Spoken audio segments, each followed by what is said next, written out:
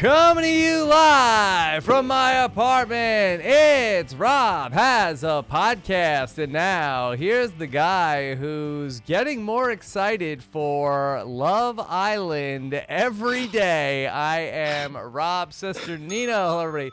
Welcome back. Sunday night, Big Brother 21 recap. We're live after the episode where we saw Jack make his nomination and put Cami and Jessica on the block and win the Chaos Wacktivity Power. And here to talk about all that, plus everything from the weekend in the live feeds, let's welcome in the great Mr. Taran Armstrong. Taran, how are you? I'm doing well. I think the Chaos Power was named for the chaos that it will wreak upon the fan base when they find out that Jack wins it. Yes, yeah. Yep. That happened. So, Jack with the Chaos Power, we'll talk about that, and then very excited to have here with us on the recap. You've seen him a couple of times already on the live feed updates with Taran. Of course, he is the co-host of this season's Are You the One RHAP Up. Please welcome Mr. Aman Adwin. Aman, how are you? I am ecstatic to be here. First time. Well, actually, no. First time recording live with Rob's sister. Yes. Not my first time recording with Rob's sister, Nina. Yes. My umpteenth time recording with Taran, but first recap for Big Brother US. Yes. So I'm so excited to be here. Yeah, thrilled to have you here. That I've gotten many requests over the last couple of years of we need to have Aman on with us more, and I know you're doing the Are You the One RHAP ups, and then you've become such a great staple on the live feed update. So happy to have you here with us on a episode recap. It's a dream come true. Like to think. Yes. Well, that's what they say. Dream small. Dream small, and you can accomplish your dreams. So no, I'm so pleased. It's great. Yeah, real excited to have you here. And okay, we've got some stuff to talk about from the episode. Kind of a ho-hum affair tonight in terms of what we got on the actual episode. We'll talk about the power, everything that's going on in the house, and forecast what the week ahead is going to look like here tonight. We want to hear your questions. Hashtag RHAP. We will take your questions on the Twitter. Scott St. Pierre will bring them in later on in the show. So we're looking forward to hearing what you guys have to say. Of course, going to get into the Summer of Stein on Monday. Eric and I have not recorded since after the first 2 episodes of the season, so we'll have a lot to get back into. So use hashtag Summer of Stein or email us your questions, summerofstein@robhasawebsite.com. Okay, let's talk about our episode here tonight.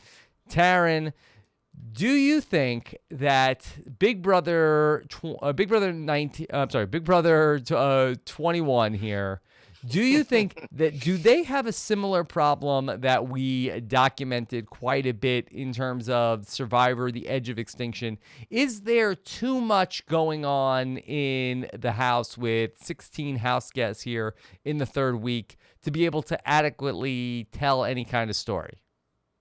I definitely am getting that sense. Not only are there 16 people still in the house having a bunch of conversations, that's something that I'm dealing with the morning updates, but also they're having to fit in the Wackdolation competition every single week, and that takes up a lot of time. And so I think they're really having trouble with the storylines. And I will say, mercifully, that they got through the snake competition pretty quick. It was only a 1-segmenter, not 2 segments like some of the other competitions. But Aman, here comes David. He hasn't been on the show since the first episode, and then we had like 1 scene with him tonight. Yeah, I was really expecting a lot more, especially since we had quite a lot of conversation happen when both him and Ovi came back into the house. And I mean, the whole like Jack's house meeting, both iterations, we didn't get any of that on the episode. So I was kind of like surprised about just how much we kind of had to like gloss over in this Mhm. episode. But I mean, I get it, because I mean, if you have 16 people in the house, like there really is only so much that you can do. I mean, maybe if we could make the show 2 hours, but we got Love Island coming, so that's not a possibility. Yeah. Look, we have 3 hours a week to get to this. Like, there's a chance they could fit it all in. We don't have to beat up Love Island. Love Island might be the hope for the summer. I mean, if you say so, Rob. I'm definitely, I'm over here really talking a lot of trash about it on the regular, but I'm definitely going to be tuning in. Let me just like critical comments to myself. So, Taran, we got to learn the chaos power of what it does and who had it. I know it was a big mystery over the weekend. What was your level of surprise that Jack had the chaos power? I was somewhat surprised. He was one of the people I thought probably would not have it, just because he seemed one of the less likely people to keep it to himself. But turns out he does plan on keeping this to himself. I'm not sure how smart that is, given that this doesn't seem super anonymous here. And I don't know how people are going to feel when they find out that he's been hiding this from them. And also, what's the purpose? It's not like a safety power. It's not like a control power. It's just a veto thing. That's a very like share it with your alliance kind of power. So I don't know. I don't know what's going on. Aman, if it's any consolation for people that were not excited to see Jack win a power this week, this is much lamer than the nightmare power. Would you agree? Yeah, I was kind of shocked by that. I was like so excited to see what was going to happen. And then as soon as I started reading it, I'm like, okay. Like, and like, I mean, yeah, it's like you just leave it back up to chance again. Like maybe if it were something like, oh, the people that were picked can't be picked again. Mm-hmm. But I don't know. It just seems like a really like, I would have been, especially had I just, because he found out, like Ovi told him what his power was. I would have been like, so we're going to go back and film this again, and I expect something different to be in the envelope this time, because what the hell is this? Yeah, he had to really sell it in the diary. He's like, this is an incredible power. Yeah, I mean, hey, he did. So kudos to him. Yeah. Taran, I know on the live feed update you were tracking earlier this week of, okay, is the second power always the lame one? I think that Tyler had the second power, which was hide in the cloud, which ultimately did not prove to be useful for him. And we know that Christmas had the ring of replacement, and that was the second one. With these Big Brother powers, is it very much the order? Okay, first one is good, second one is lame, third one next week will be good. Well, I think what it actually is first one is going to flop dramatically. Okay. Second one is not very useful. Mm-hmm. Third one is they're just going to screw it up. Yeah. So none of them will ever be used in any meaningful way. That's what it seems like, Rob. It seems like nothing is look, I've always been somebody that says I think that their twists suck, and I've never felt more vindicated in my life than like the last 5 years, because not one in the last 5 years has worked out the way they wanted it to. What about when Paul got the pendant of protection and was safe for all those weeks? Oh man, what a great thing that was for that season. Yeah. Honestly, I don't get it, because I mean, why go through all of this trouble? It's an entire segment of the show. Like, I want to feel vibrated when I'm hearing the power of this. I mean, maybe they called it Wacktivity. So I mean, what should we have expected? Yeah, it's whack. Yeah, they just really feel like, hey, it's the first couple of weeks. We need to fill a segment of the show, and we gotta have a competition in there. And if we don't, this will be people will revolt in mass, and we need to make sure we have a competition every the first couple of weeks, 3 weeks. That's it. And then we'll figure it out after that. But they keep going back to the well. We also found out, Taran, okay, officially, and I don't know if this was from reported on the feeds, but Ovi's power is on Yadas. Yes, it will come back into effect once he returns to the game, if he does return to the game. I did tweet this out that if Ovi is the only person with a power that will reactivate when he enters the game, I'm expecting the battle back competition to be something along the lines of like a cookie baking competition, where they have to bake the best cookies, and the person that uses the most amount of eggs in their cookies is the person that ends up coming back into the game. Yeah, Amon, is that a safe bet that production is not invested in the players in the house, only in their twists? Did you get that? Oh, sorry about that. I'm good. Yeah. That just looked like a sarcastic smile for a while. Amon, is production more invested in the twists than the players? A lot of people were thinking, I mean, even I think it was Kat that said on the episode tonight that if it's a physical competition to get back, that David's a shoo-in. I don't think that's true. I mean, it was a pretty physical competition that he lost in, albeit it was pretty dark. But I am like, I'm kind of like, I feel like Ovi could stand a chance, and I really would like to see that power used. So in that respect, like, hey, yeah, I mean, if they want to throw a competition that is, something more that he could win, I'm not necessarily opposed to that. So yeah, I mean, the twist flopped. It flopped like hardcore to the ground. Like, I have to imagine that they want something. Yeah.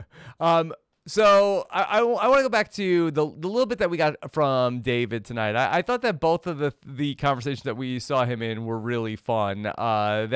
First, we saw him with Jackson getting to catch up a little bit, and Jackson had the audacity to say to him like, "Hey, man, what happened? I put you in there. You were supposed to win. What gives?" Like he's as smooth as this jawline. It's like not. It like, come on. Like at least have like the dignity to be like, look, man, like I got you out. Like, I get it if you're coming for me. Like, no, it's fine. Like, you blew it. Like, what happened, man?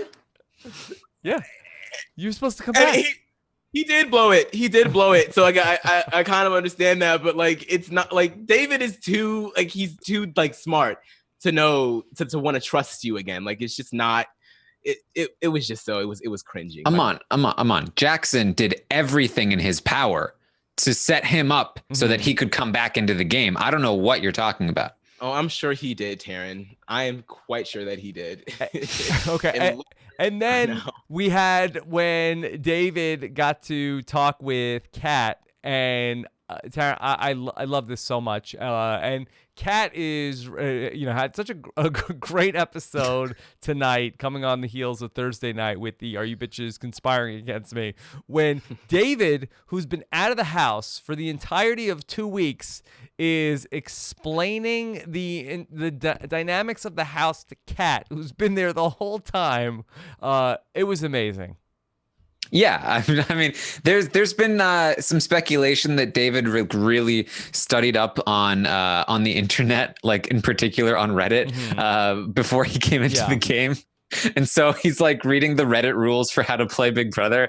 And that is apparently better than whoever gave Kat advice before she went into the house, because what he's basically saying is Kat was coming in locked and loaded, Taran.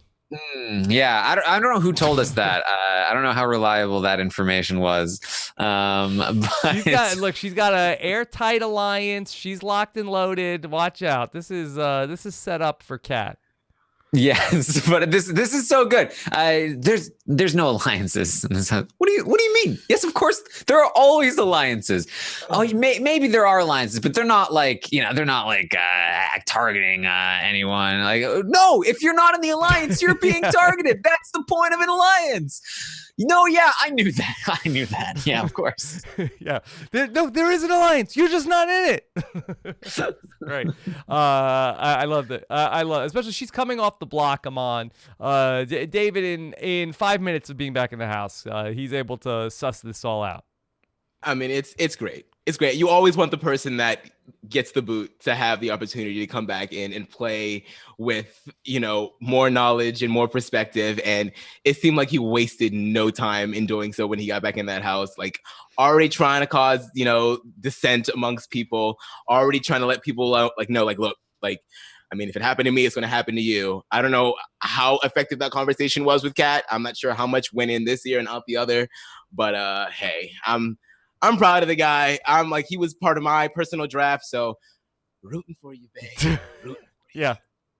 Let's touch on the other big Cat segment that we got tonight, where she was part of this love triangle. We saw a lot of Jackson tonight, and how Jackson had to have this big breakup with Kat because, for once, Taran, he needs to do what's best for him.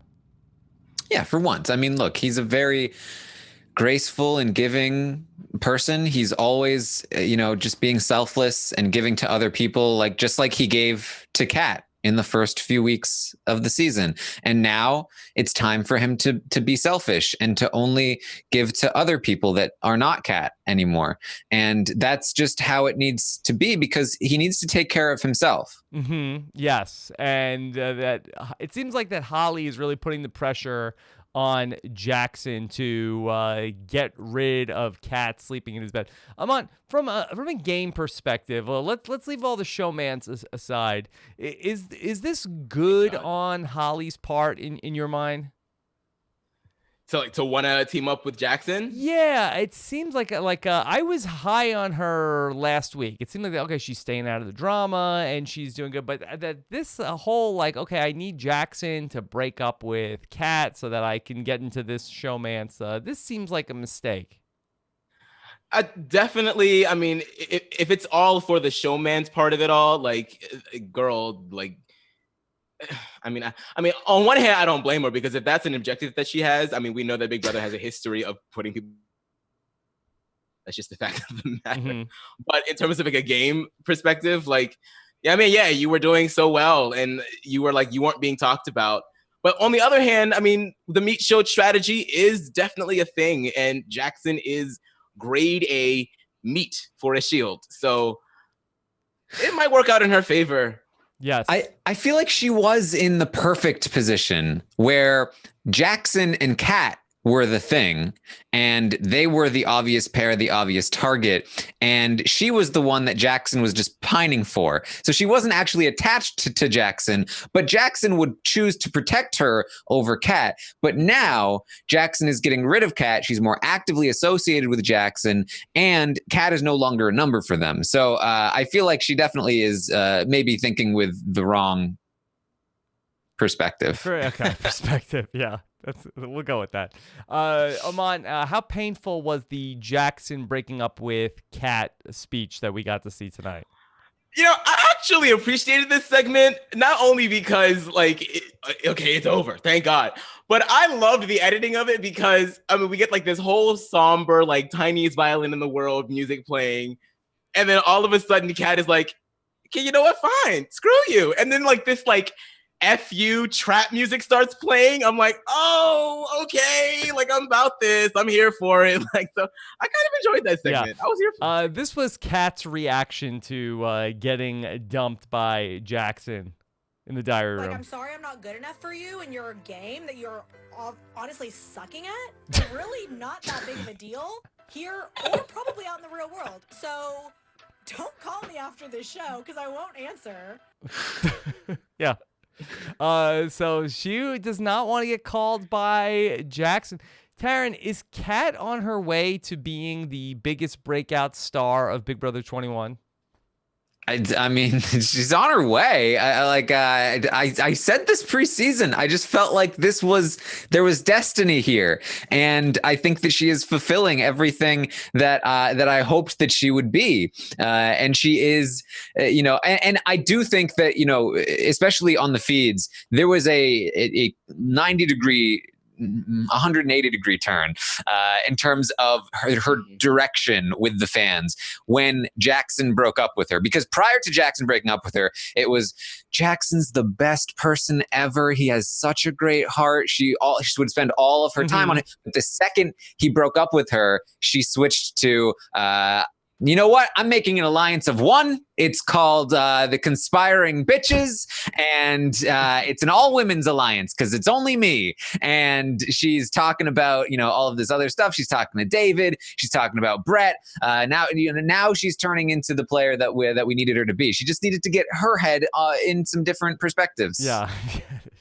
Yeah, so she's doing great right now and very fun to watch on the show.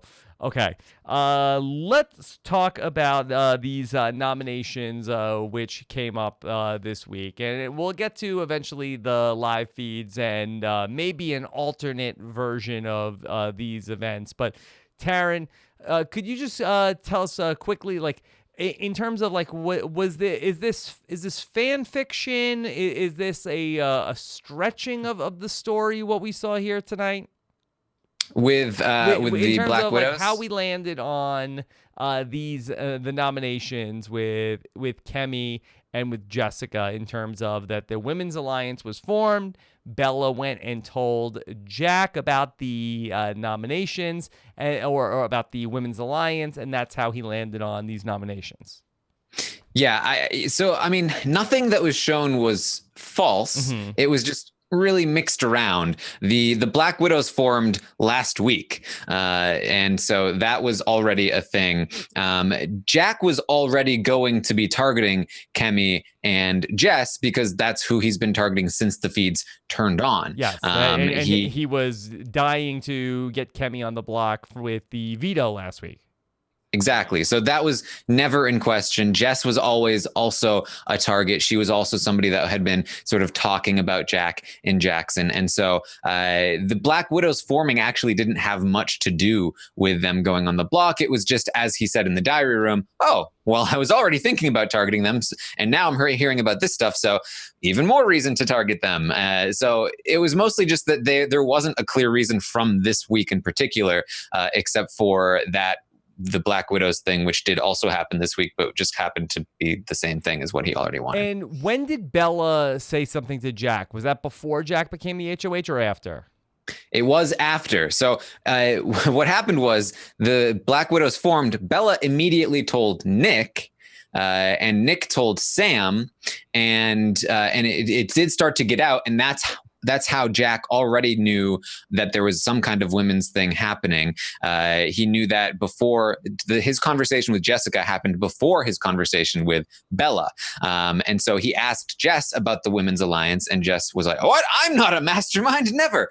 And then he asked Bella he said, yeah, I told Jess about this Women's Alliance thing. And Bella was like, yeah, that existed. Yep, it was called the Black Widows. It was me, and it was Jess, and it was Cami and Nicole.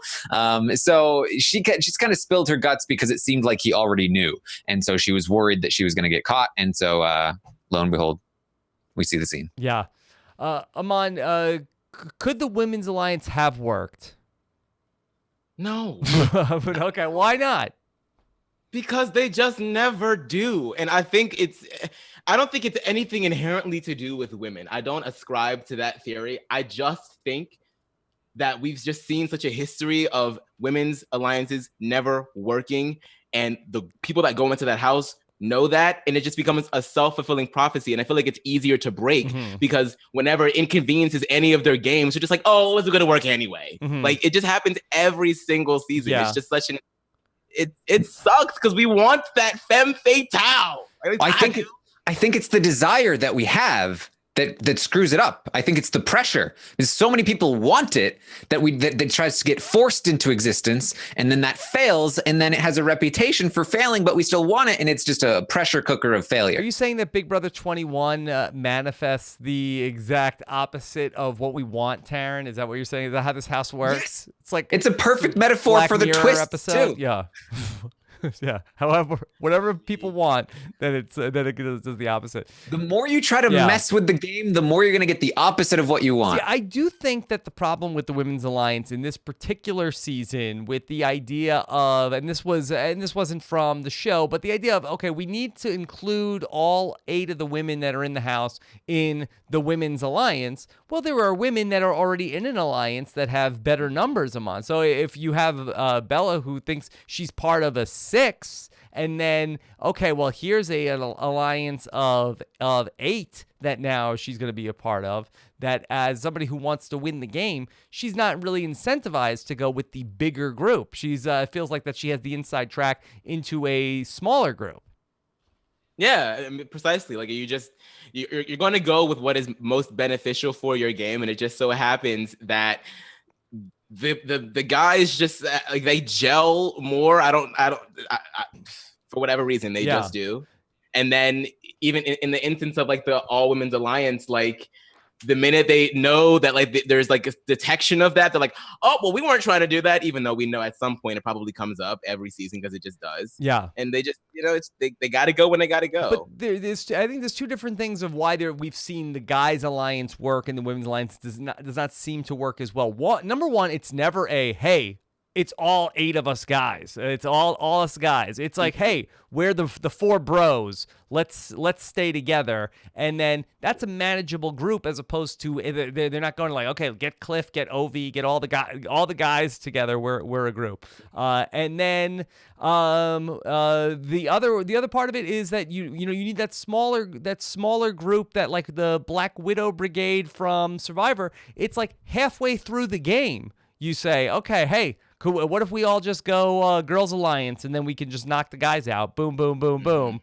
And then everybody's there's incentive there, Amon, for everybody to say, okay, oh, I could get to the final 5 if we do this right now. Yeah, I would agree. Maybe the key to it all is just waiting until it's the right time, Don't do and it then week 1. And don't do it with every single person that is on, the entire half the cast. Well, I think you either have to do it like day 1 or later on, because that's like that's how the bro alliances work. They start day 1 immediately, but not with everybody. Not with everybody. Right. Exactly. Yes. One or the other. Like the people are like get this the Joey playbook. Throw that away. Yeah. Or maybe just get a bunch of like maybe like if you're a woman going into the BB22 house, just get some girls together, but don't make the whole point of the alliance that it's all women. Get some guys in there too. And then towards the end, just get rid of the guys that are in the alliance. And then you can be like, ha! Yeah, string them along. Gotcha. Like, let the guys think they're in the alliance, but they're really not. Okay. I think you have to also not call it an all women's alliance. It's like Rob's distaste for alliances with numbers in them, but to the extreme, because the second you call it all women's alliance, like, that's the trigger word. That's going to cause everyone to freak out. A lot of these successful male alliances, they're not like, all right, guys, all male alliance, we got to do it.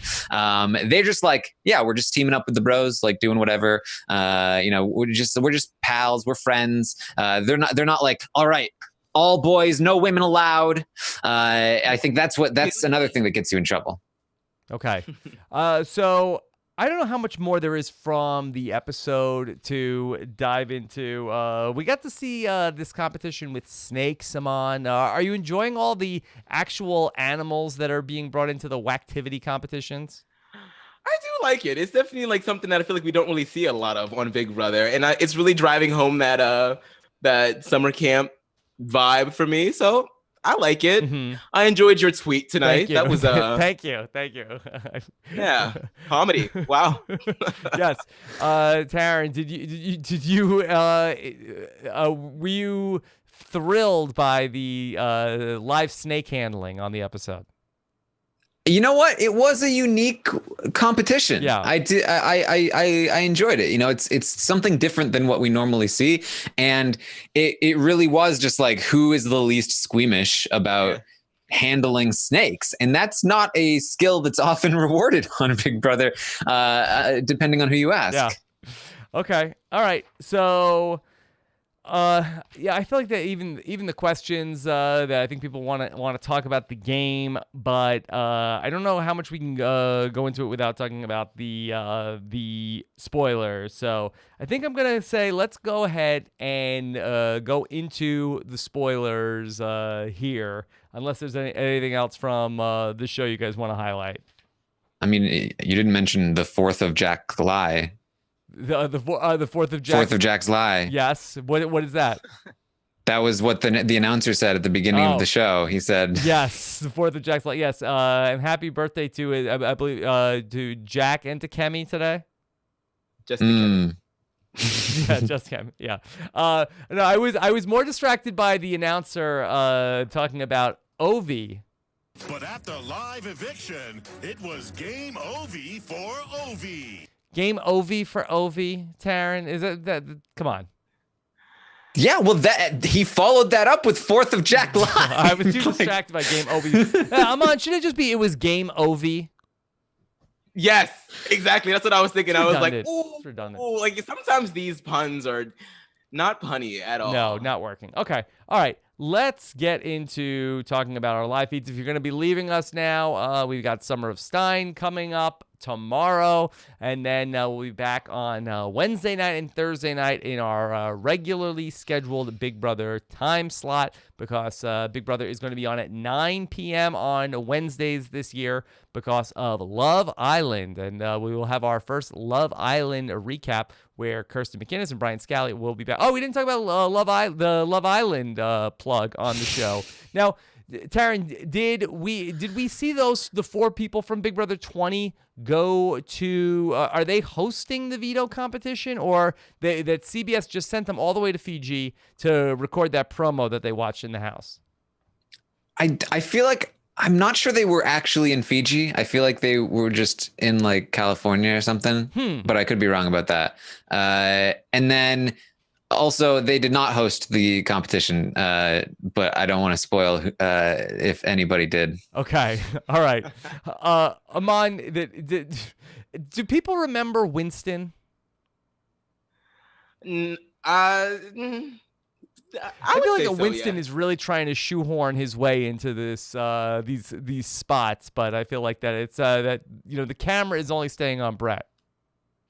Yeah, I mean, but I feel like they needed. I mean, in the case of Love Island promotion, they needed him to be paired with somebody, and that was the only person that they could have paired him with. Yeah, maybe with the exception of Rockstar, that would have been funny. But no, they're not friends.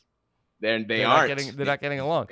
So yeah, that was just such a weird moment, Taran, where the house got together to watch a commercial for something. Like we're like in the past, like okay, you guys will get to, and I guess somebody's going to Fiji, and maybe that will be part. There'll be more commercials on the Wednesday night for Love Island, but it was just weird that they were just like they don't get to watch an episode of Love Island or anything.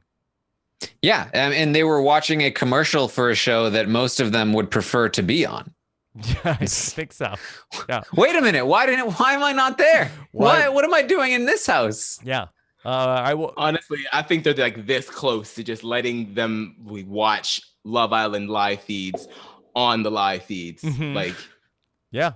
Are there Love Island live feeds? Do we know?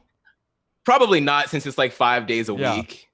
Okay. But, all right. Well, I mean, it might as well be. I'm excited. I will be a guest on the first episode of the Love Island RHAP up coming up later on this week. All right. Let's talk about the live feeds. The Office of Civil Defense has issued the following message. This is a spoiler. Warning. A spoiler. Warning means that an actual spoiler against this country has been detected, and that protective action should be taken. Yes. Okay. All right. So, all right. So we have what we saw tonight, and then there was a different account that many people saw on the live feeds of the last couple of days of how we got here, Taran. Just in terms of the episode, what do you think was the most fan fiction-y of what we saw tonight? I mean, I don't know. Like I said, I feel like most of it was true. It's just portrayed a little strangely. Mm-hmm. Yeah. Okay. Amon, anything jump out to you from the episode tonight? I mean, I just feel like it didn't like really do that much of a good job explaining as to why he was so hardcore after Cami. Other than that, he was already after Cami because Cami was after him. Mm-hmm. But other than that, it did feel like it was just kind of like, whoo, all right, let's just get these nominations. Yeah, there's a lot left out. Right. So, from following the events of the feeds from the last couple of days, I mean, what was there any additional tension between Jack and Kemi that either of you saw, or was this all from Jack said everything that he had to say about Kemi last week, and then this was just going to be something that he was going to get to once he had the power on? They've pretty much only ever had cordial conversations. It's just been a lot of Jack talking about Kemi and Kemi talking about Jack. And we saw a little bit of that last week. And, there was certainly some more of it this week, but I feel like it was a little less than it had been. Amon, yes. I feel like the way, like her portrayal, her reaction to getting nominated on the episode was kind of just like how she acts the entire week. Like she's very just like kind of calm, cool, and collected, which is pretty good because she's not going to give him the satisfaction of freaking out, and so that's kind of like how the conversations have been here and there. Yeah. She had a good line when she was talking about being nominated at the end of the episode. What a moron. So I guess she seems to be taking everything in stride. Whenever I see her or hear about her, she seems very calm about the whole thing. What about Jessica in terms of how she's handled being on the block, Taran? Not calm. Yes. Very not calm. Yeah. Jessica and Kemi is making fun of how Jessica's reacting, given that Jessica is up as a pawn and Kemi is the target, and Jessica is the one that's freaking out and crying and talking about how she doesn't deserve this because she has integrity and she's not going to throw anyone under the bus because she has integrity. But there are some people that are lying, and she's going to imply who they are, but not say who they are. And it's not fair because she's a good person, and it's really not fair that a woman betrayed her of all genders. And so it's ridiculous. The whole thing. Okay. Let's get the veto out of the way, because I want to talk about the vote, because I think it has a potential to be interesting. So, Taran, can you give us the update from the veto from the weekend? Yes. Sam is going to win his second veto. 2 of 2, and his second one that he had no need to win beyond just his need to go to Fiji. Yeah. And also that I understand that Sam had a death in the family today. That I believe it's his. So his wife's grandfather passed away. Do I have that correct? I believe so. Yeah. I want to pass along condolences, because I know that often we have family members of the people that are on the show watching. So thoughts are with Sam's family. How upset is he right now? He's pretty upset. He was very close to him, and so he's very upset. He was being comforted by various house guests today. It's always it's bad news to get, especially bad news to get when you're locked away in a house and you're being filmed 24/7 and you're surrounded by strangers. Right. So yeah. Very reminiscent of Big Brother 16, where both Derek and Frankie Grande both had grandfathers pass away within a couple of weeks of each other back in Big Brother 16. But okay, so Sam has the veto, but no chance Sam will use the veto this week? No chance as of right now, unless something pretty dramatic changes very soon. It will not be used. Tomorrow will be the veto ceremony, right? Likely. Okay. All right. So we have these two nominees with Kemi and Jessica on the block, Amon. And what I'm wondering here is it possible with the way that Kemi has handled herself on the block in being just completely calm about everything. I've heard house guests talk about how they respect the way she's handled being on the block, and then you have Jessica, who has seemed to be the one who's scrambling, seemed to be the one who's panicking. Is it possible this thing could turn around for Kemi this week? There were a few rumblings amongst the house guests, making that very point, and that Jessica is really out here wilding, and maybe it's a better idea to keep Kemi around.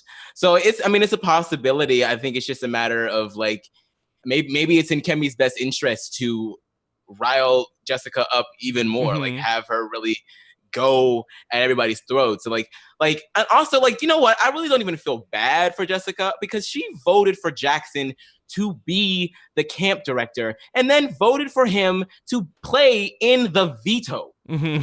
So honestly, she can go. Yeah. She can go.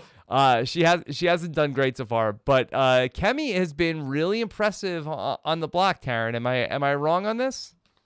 You're not wrong. As Aman mentioned, there were talks. Jack even at one point talked about like, well, maybe we can use the veto on her. Maybe we can make some kind of deal with her and we can just send Jess out. But ultimately, almost because she's handling it so well, that adds to her threat level, whereas Jess is unraveling.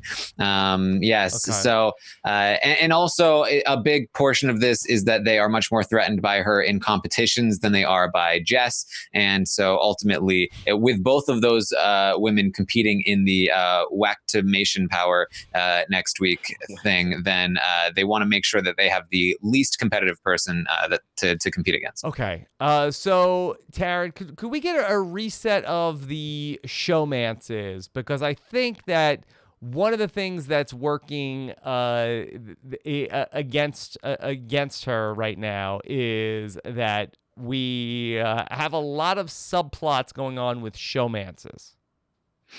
Yes. So obviously we have what we saw on the show tonight with Jackson and Kat, then Jackson and Holly. Then we also have had a little bit of a love triangle also with Nick, Jack, and Sis, or Annalise, as they don't call her. And so Nick had always kind of been into Sis, and they've flirted a lot, but Sis has also been really into Jack and has flirted with Nick, but has also flirted with Jack, and Jack is into Sis, even though first he was kind of into Christy, but then Christy was like, nah, I don't like dudes, bro. And he was like, oh yeah, no, totally. That's definitely what I was always thinking. And then he went to Sis and he was like, hey, you're hot. And she was like, oh, you're so hot. And so what happened was last night, things got hot with Jack and Sis, and Nick also got with Bella, who he's also had a little bit of a thing with. And so two different couples hooked up last night.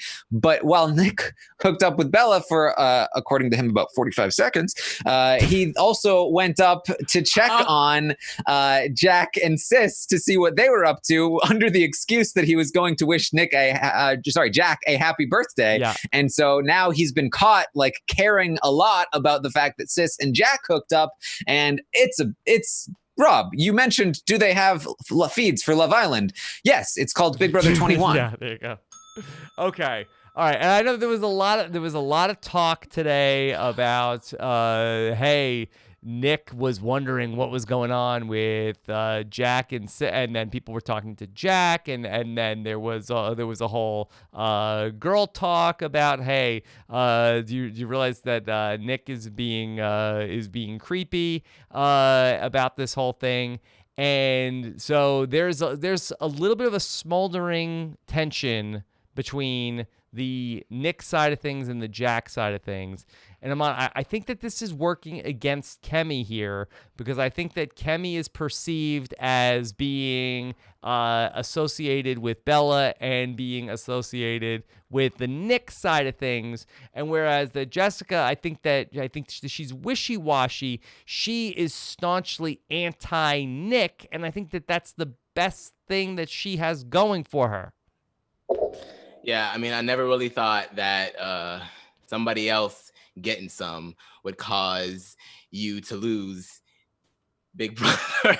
Like, it's just it's annoying because of the fact I honestly really hate the logic of, because it's like you can't win for losing in terms of Kemi. It's like you either freak out and behave like Jessica and then get voted out because everybody is afraid of you, or you keep it calm, but now everybody is like, oh my God, she's too good. And it's just like, what can you do besides like wind up with the right people at the right time? And it's just like, she just did not get the luck of the draw. And it's frustrating because you can see that she's a better player, but that doesn't always get rewarded. Yeah. Taran, it's hard for like she needs I think she needs the Nick side of things to save her, but it's almost like if she went off on Nick, I feel like that would help her more. It would. I do think it would, for sure, actually. I think we saw it in tonight's episode, unfortunately, when they showed the clip of the Black Widows forming, and Kemi in the diary room says, "This is great and all, but the only one I trust here is Bella." And she is the last person that she should trust. Yeah. Bella's she is a leaky sieve, that girl. Like she'll just let it all out. Just like it's just you hate to see it. You hate to see it. Mm-hmm. Yeah. So I kept trying to talk myself into like, boy, I hear bad things about Jessica. I hear good things about Kemi, but I just feel like that the bigger underlying story, the fault line is with Jack and with Nick, and until that blows up, I just think that Kemi's on the wrong side of that fault line I'm on.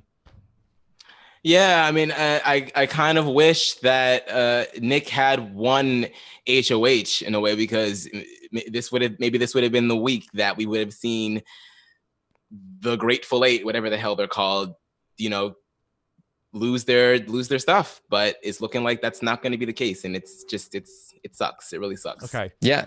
And honestly, like even without Nick winning, if Camp Comeback wasn't in play, I do think Jack would have heavily considered the backdoor option for Nick himself, which could have also been interesting, of course. But Rob, ultimately, when it comes down to it, if we're talking about like, is the vote going to flip? What it comes down to is that it's already been decided. The 6 shooters voted. Yeah. Okay.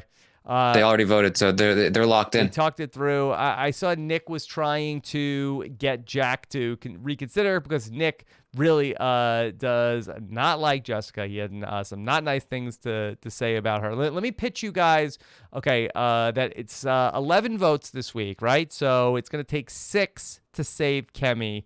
Could this group come together? Tell me how on a scale of 1 to 10, where 1 is impossible, 10 is could happen. All right, could we get Nick and Bella? They're together. Plus Nicole. Plus, let's add in Sam, friend of Nick. Let's add in Cliff, who's on the outside, and Kat, who has nowhere else to go.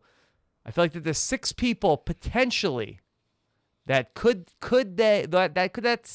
Taran. Is it possible they could get on the same page and say, Jessica is in with Jack, we need to work together? Unfortunately, the weak link there is Kat.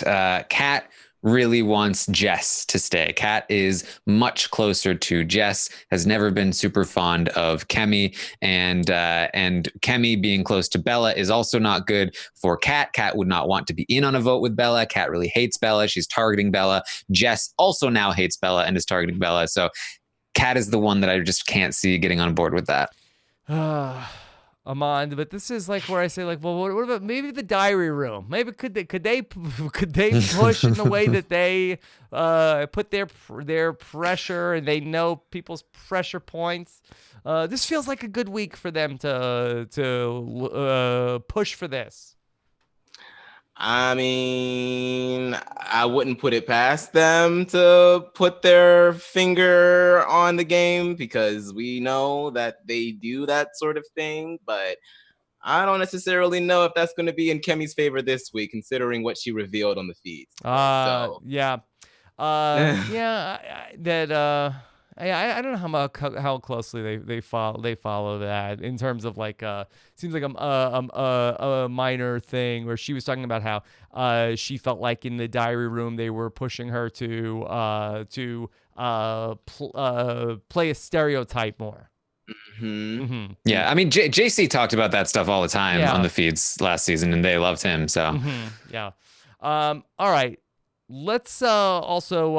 I know it was a big thing. And Taran, I think you did a great job on the live feed update on Friday morning with Puya going through. There was a controversy about what Jackson said versus what Jackson didn't say. But the Jackson and David feud, we didn't get any of it in the episode.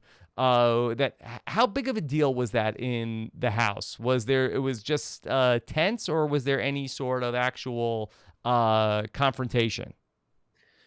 really not much. Like the closest thing to actual confrontation, in my view at least, was it might have been yesterday morning, where they were in the kitchen, and Jackson ended up just like giving David weird life advice about like, yeah, just, can't let it get to you, bro. And David was a little bit emotional, but it wasn't like it wasn't a confrontation, because Jackson only ever really talks about David behind his back, talking about because David loves to clean.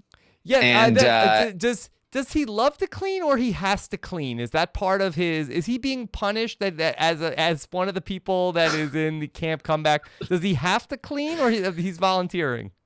He does not have to clean, but he doesn't enjoy mess. Yeah, which I can relate to, and so he likes to stop the mess from existing, and so Jackson, who does not like David, enjoys creating mess for David to have to clean up. Okay. All right. Aman, has Jackson gone through with creating big messes in the kitchen that David will clean? I am not actually sure of that. I did not. I haven't seen it on the feeds that I've watched. But if he has, that's extremely petty. Yes. Very, very petty. Yeah, very much Yes. so. Very much so. Now, Taran, do we know, does David like cleaning or hate messes? Because if David actually, in fact, does like cleaning, then Jackson actually has a bad plan here. That's true. I feel like maybe it's a little bit of both. So it kind of balances itself out a little bit. Just this morning, Cliff was in the boat room, as he usually does, doing his Cliff Notes. He was talking about his favorite movies. He was like, Saving Private Ryan. Man, that scene at the end was so emotional. Yeah. I watched it in the Netherlands. We were all so affected by it with Dutch subtitles. It was so great. He was telling a story. And in the other feed, David was, cleaning the whole house. He has like gloves on. He's doing like a thorough clean of the bathroom sinks, and I was just like, yes, this is my content right here. Yes, you enjoy watching David clean? I enjoy watching David clean and listening to Cliff talk about movies. It's a perfect combo because like just somebody cleaning is not enough, but cleaning like in the background to great talking about movies conversation, that's just ideal. Is David like really good at cleaning? What do you like about when David is cleaning? He's a lot more thorough than most people. He's sweeping the floors. He's got the gloves on. He's scrubbing hard. Like most people, when they're cleaning, they're just like, they're throwing their clothes somewhere. It's thank God somebody's in there cleaning the house, because the ants are going to take over. I heard the ants are already there. Exactly. These people are messy. David. Yeah. Yes. Okay. I don't know what they're going to do if David doesn't get back in the house. Aman, has there been any sort of talk between Ovi and David about how are they going to play this next 2 weeks?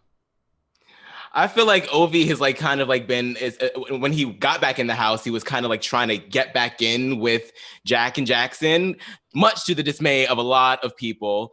David, on the other hand, has been like trying to, like I said before, trying to like get in and let people know, like, look, like, I know that Jack said we're not really supposed to be playing or talking game, but I mean, I'm here to play and I really would like to stir the pot. Like, there are alliances that are being formed. There are things that some of you do not know. Do you really want this to be another level 6 situation, or do you want to play the game? Because one of us is going to come back and we can either be like, we can be work together, or y'all can fall by the wayside, like the people that were out of level 6 last year. Yeah. So, Taran, have things gotten any better for David since he's been back in the house for a couple of days? Has he ingratiated himself yet? Yeah, I think it's slowly working. So when he first came in, there was a lot of animosity. Again, none of it really directed at him in particular, but the more he's working out with Jack and he's cleaning the house and he's talking with Cliff in the mornings, like there's been a lot less smack talk about David in particular in the recent days. But there was a ton. Like when I say there's a lot less, it's because there was a ton of it at the start, and there's now not a ton of it. Now there's just a bit of it, and so I do think that things are slowly getting better. He's making some friends. It is kind of slow, but he does have another couple weeks essentially, and so not 4 weeks, but 2 weeks, and so he's. I'm hopeful that he will be able to make some good inroads here. Amon, have David or Ovi put in any sort of like insight into the vote this week? Have they like are they pushing one way or the other with the other house guests, or have they not even broached that subject? I'm actually not sure about that. I didn't get a chance to watch any feeds yesterday, so I'm not entirely sure if they are going back one way or the other. I feel like it would behoove the both of them to sort of just like let things go as they should, because you're just really, if you reveal to the people that are still in the game what part of the house that you're going to be in on, like if you get back in, they're going to know, they're going to have your cards right there. So I feel like they should be a little bit more clamped about their Taran, are they lobbying for either way on the vote? David is not really at the moment. David's priority, as he's told Ovi, is just to stir things up a bit. And he realizes that might cause some trouble for him if there's a vote to get back in the house, or even once he gets back into the house. But he wants to make the most of his time, and he really just wants to mess with people's minds and shake up the house. And I'm like, thank you, David. Yeah. Ovi, on the other hand, has involved himself in the politicking a little bit here. In particular, he's been talking a lot with Nicole, as they showed in the episode, which I do think was probably the most valuable thing that they showed on the episode. He's been talking a lot with Nicole and a lot with Cliff, and they are really coming together and brainstorming a lot of ideas for not necessarily this week's vote, because there's not much they can do about this, but they are trying to utilize this situation as much to their advantage as possible, so that because they know that Jess is very mad at Bella for outing the alliance and claiming that she started it. Jess is pretending she... Actually, I don't think she's pretending. I think Jess genuinely believes she didn't start the Black Widows and genuinely believes that Bella is the one that started it. So she thinks that Bella started this alliance and then told everyone that she was the mastermind behind it. And so she's really mad at Bella and wants to go after Bella. And so what Cliff, Ovi, and Nicole want to do is stoke that fire as much as possible and encourage Jess to continue to sell Bella down the river and make the 8 think that Bella really did start this alliance, and that Bella needs to be targeted soon. In fact, sooner rather than later, because then they won't be targeted sooner rather than later. So they're doing everything in their power to break up this big group, and Ovi is very much a part of that and really working closely with Cliff and Nicole. Yeah, it seems like that's Bella and Nick is like that fault line, and the problem is that there's just not enough people that are on the Bella and Nick side. It's like that they are like off on their own island, their own love island to begin with, and it's like I feel like that Cami is the only person that's even like attached to them, and I feel like that she could ultimately take the fall this week because of her proximity to, or perceived proximity to, Bella this week. Yeah, and I think what would happen is that if the Jack side of Grateful wins the next couple of HOHs and goes after Bella and Nick, then Cliff and Nicole will be like, well, at least it wasn't us. At least we threw somebody else in before us. But if Nick or Bella or Sam win power, then I think they will hop onto that side and help push this thing and crack it wide open. Yeah. Ahmad, imagine that where Nick or Bella wins HOH and they get Jack out of the house next week before then he comes back in with the twist. I mean, it sounds like chapter 2. Sounds about right. That's all right. That Thursday night it'll be, or next Thursday night, everybody will be going crazy and then breaking their TV sets by the end of the night. Yeah, I mean, I'm all for that fan fiction. I feel like this season is it's really wanting for that sort of like drama and suspense. I don't know. I personally just wish that Cami would just like get herself a clue and be clued in on the fact that Bella cannot be trusted. And maybe if she is the one that gets evicted this week and she ends up having to sleep in the freaking comeback shack, that will grant her some sort of like clarity where it's like, oh, this bitch didn't have my back. Mm-hmm. Like, so I'm hoping for a lot of newer scenarios all around. Taran, how about that as a possibility? If there is some sort of a Kemi Bella falling out, could that help her stock? I do. Yeah, I do think that Kemi's best move at this point is to just go all out and maybe even go like, hey, I really hate Bella, Nick, and Sam. I'm targeting all 3 of them. They're the worst because then there's been a lot of talk of, well, we know for a fact that Cami is targeting 2 of the 8 for sure. Always going to be 2 of us. Whereas Jess is only talking about Bella. She might nominate somebody else to go along with Bella, and then we'll have the numbers to save one of our 8. And so they're really concerned about that. So if they think that Kemi is very anti-Sam as well, and that she's just going after that trio, then they will probably feel comfortable like, oh, we can get Sam on the block and then send Sam home. That will help them feel a lot more comfortable. An issue with this, though, is that Kemi is not really willing to like go out of her way to lie in the game. Unfortunately, she's been talking to Bella. Bella's like, can we get you to say that you're going to target somebody else? Like, can we get you to say like not Jackson, not Jack, like any of these people? And Kemi has basically been like, I can't do, like, your word is your bond in this game, and I can't say like if Jackson asks me who I'm targeting, I'm gonna have to tell him that it's him. And it's like, no, Kemi, your word is only worth anything if you're still actually in the game to use it. Yeah, but I feel like that being a straight shooter could potentially work in her favor against Jess, who I think is more squirrely and the worst liar who can't keep a story straight. I mean, maybe, but it just seems like I just feel like it's already locked and loaded on Kemi. So I really don't know if, continuously giving people your game is really the best move, because maybe if you do switch things up and tell somebody else like, hey, I've kind of like seen the error of my ways.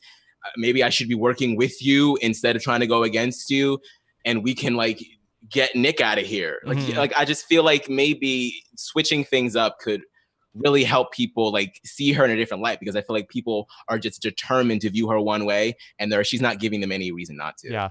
All right. I'm gonna hold out hope. It's a long way till Thursday. A lot can still go down, and there's a lot of crazy people in this house. So we'll see. Let's take some questions before we start to wrap things up.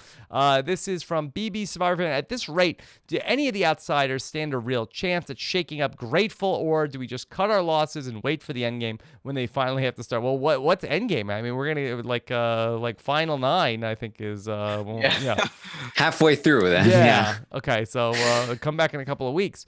But Taran, who's the person outside of Grateful you think that has the best chance at this thing? I mean, I think it's Nicole. Maybe Sam, but he's really putting a target on his back at this point. But maybe like if he's really good at these competitions and it's not just a little bit of a fluke here, he could maybe comp his way down to the end. But I think Nicole has the most potential by far.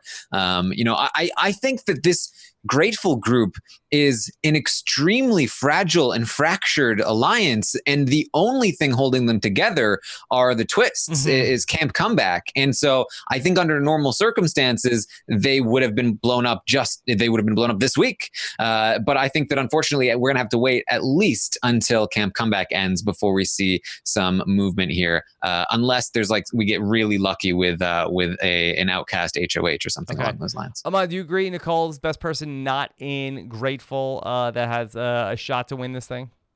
Yeah, definitely. I mean, she already is sort of listening in on conversations, gleaning information, and then telling Cami and the other people. So I feel like she's definitely the one that could. I mean, she has information. Information is power. But is she well liked by anybody who is in power in Grateful? They like her. I feel like she's they feel comfortable around her. Mm-hmm.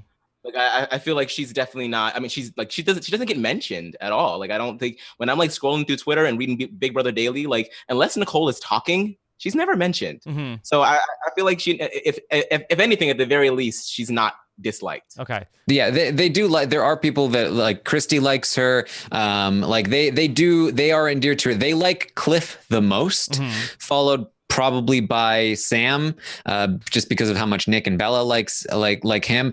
They all just have a general like for Nicole. They like her. They don't want to see her go. They don't find her threatening. The Black Widows thing, it damaged everybody's reputation except for Nicole's, pretty much. She really got away from that clean. So I think she has the most amount of slipperiness that she can slide in there. Okay. All right. TJ Cliffy wants to know, do we really need an entire episode about the Mickey Mouse love triangle? If I wanted to watch something like this, I'd go check out Love Island. Well, that's what people are hoping. That's the idea. That's what they want. See, why they put it in there. Okay. So that's on Tuesday night. Okay. Mindy says Jack's chaos power is kind of the equivalent of Christmas's power. Don't you think that Ovi's power is better? Yeah, it's a lot better. He got the ring of and Taran. Christmas could actually pick a new person to go in, right? It wasn't go right back to random draw. Yeah, this is just I don't like this one. Let's try again. Yeah. Okay. Oh crap! I don't like this one anonymous. either. That doesn't make any sense. Mm-hmm. I don't like these veto picks. Let's do it again. Okay. Yeah. Sure. Mindy says, based on the way Holly and Kat are acting in the house, it's hard to believe that they knew each other going in. Is Holly really that ruthless? Taran, so I think that people are, can admit that they might have known each other, but it just doesn't mean anything. Not very well. Definitely could not be very well. They've never spoken about anything outside of the house. Maybe they knew of each other. Maybe they talked leading into going into the game, but they definitely are not super close. And Holly is they're not fond of each other anymore. Ahmad, will Holly be able to call Kat after this game is over? We know that she will not be taking phone calls from Jackson. Assuming that Kat starts to go back and watch the episodes, maybe not. Maybe not. If she goes to watch the feeds, maybe not. But I would just agree that they don't seem to know each other that well. I feel like we get a little bit caught up in the day and age of social media, and just because we see Holly and Kat's name pop up below in the likes of an Instagram picture of either or, that doesn't necessarily mean that these were two bosom buddies. They might have, they weren't best friends. Okay. Yeah, they might have had one little, hey, oh hey girl, Yeah, and that was it. Okay. Like a Treehouse wants to know. Question for Taran: have you been keeping a list of all the versions of Wacktivity to make sure you say it different every time? No, I just remember. Wow, that's impressive. We'll see how long that lasts. Yeah. I did actually say one of them twice. I'm not going to say which one though. Yeah. Okay. Here's a question from Ian. Has some counterpoint on the Jack power. Isn't Jack's power incredibly useful, especially for Jack? He is, of course, going to be a potential backdoor target. I think you guys are underappreciating. Aman, are we sleeping on the power of Jack's Wacktivity competition winnings? I guess that's a good point. I didn't necessarily think about. I guess I'm just so used to the Grateful Eight being in power so much that they're always going to have the majority. I mean, in the event that this alliance does crack, which it probably will, the more and more we talk about it, and in the event that he is not picked for veto, he could probably, it would behoove him to use it.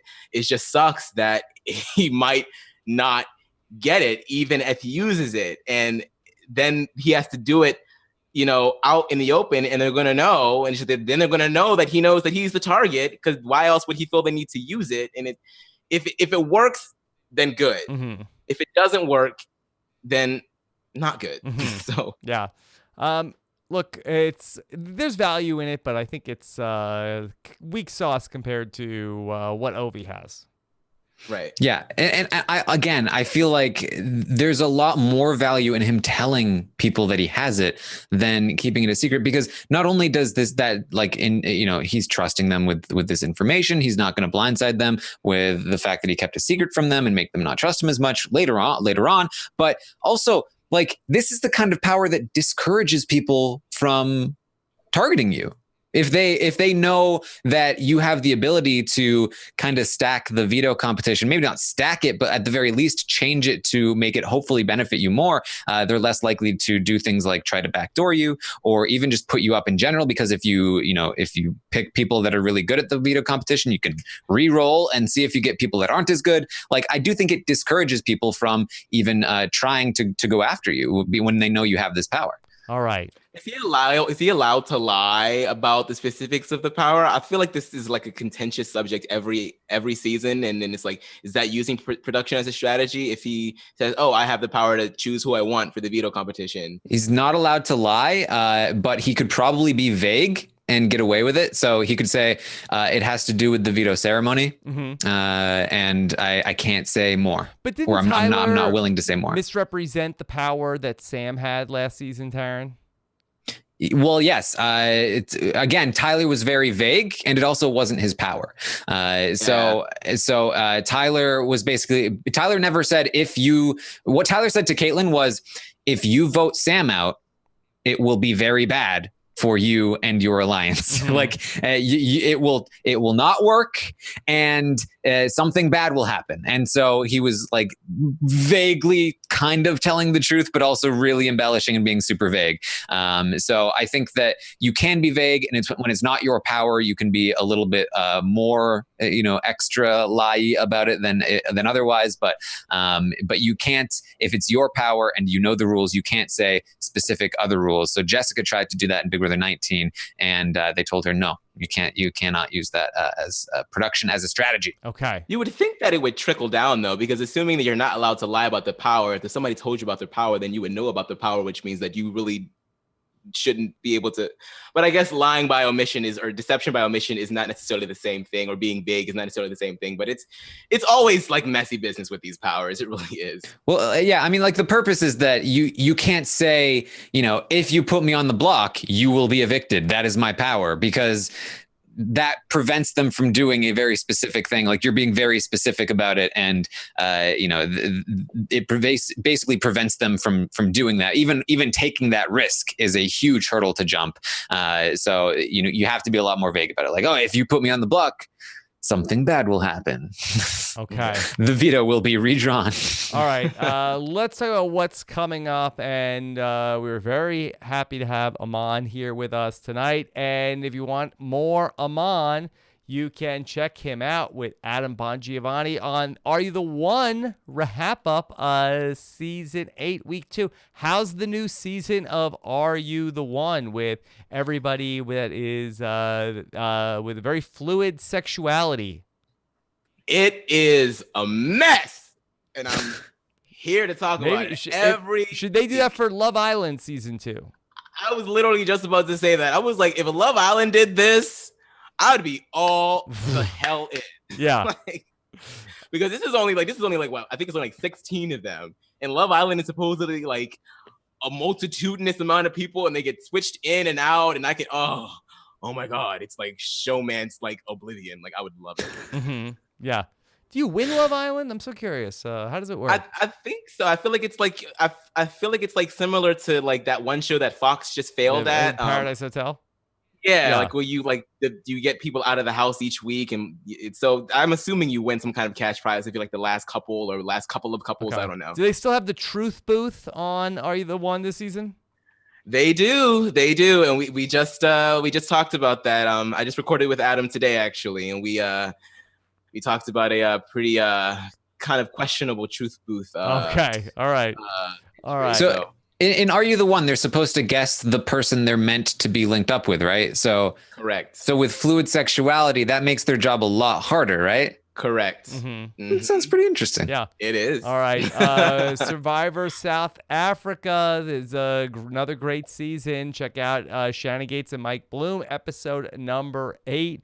Recap and Robin and Akiva need a podcast. Speaking of MTV dating shows, if you want to go back way back when and hear about MTV dating shows from the last decade, I spoke with Allie Lasher and Akiva Winokur on the latest episode of Robin and Akiva Need a Podcast.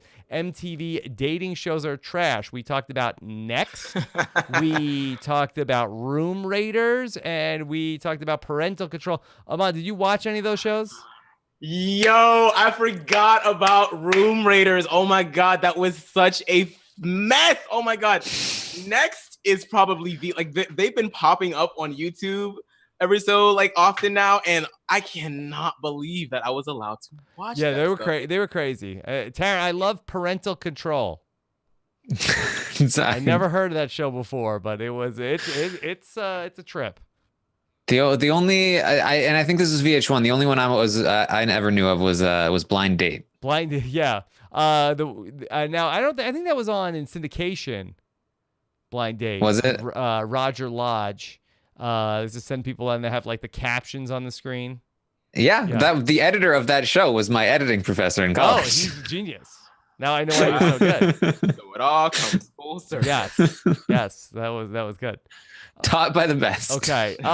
Brett LaBelle and Chris Hammonds were our guests on our Amazing Race deep dive. Jessica Leese and I spoke with Brett and Chris. And so if you're a fan of Team Bromance, hear what they had to say about their trip around the globe. Speaking of the Amazing Race, Canada is off to a hot start with they're watching The Lion King also on the Amazing Race Canada season premiere. Check out what Jessica Leese and Dan Heaton had to say about that. And then Taran will be back on Monday to talk about everything going on the live feed updates at 11 a.m. Eastern, 8 a.m. Pacific, plus more Summer of Stein. I'll be back with Eric Stein, who I think is in the chat room, or it could be somebody impersonating Eric Stein. There's a lot of that going around. Okay, so get your questions in for Summer of Stein. We'll be recording with Eric in the afternoon on Monday, so don't wait.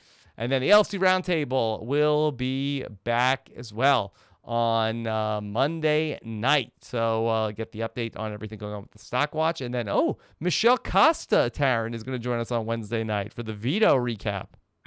Very exciting. Yes.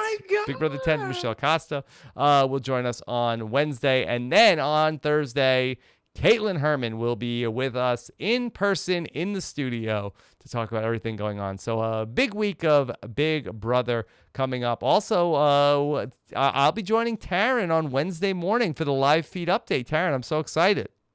Yes, as am I. It'll be very fun. Right, I'm really trying to. I'm trying to get on the live feed program to get ready for Wednesday.